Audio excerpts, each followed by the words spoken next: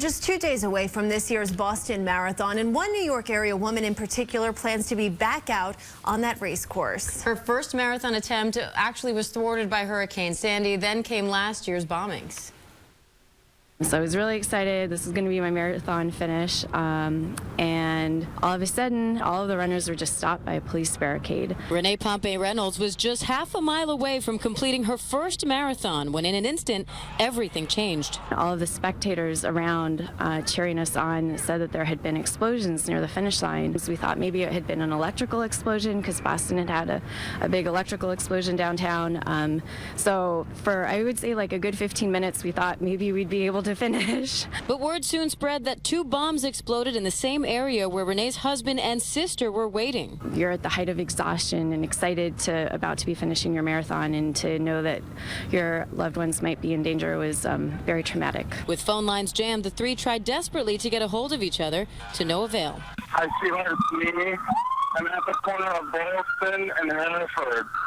Please give me a call as soon as you get this. Please, please, please.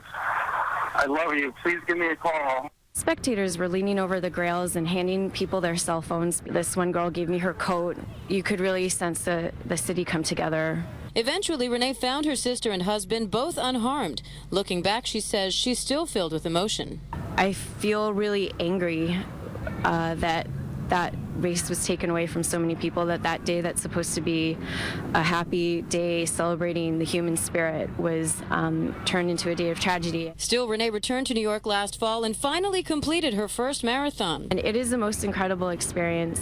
But it wasn't enough. Renee is now determined to finish what she started 1 year ago and cross the Boston finish line in honor of the many victims who no longer can. I'm in my heart doing it for them, doing it for the city of Boston, doing it for to prove the resilience of the human spirit. And her husband and sister will once again be waiting to cheer her across the finish line.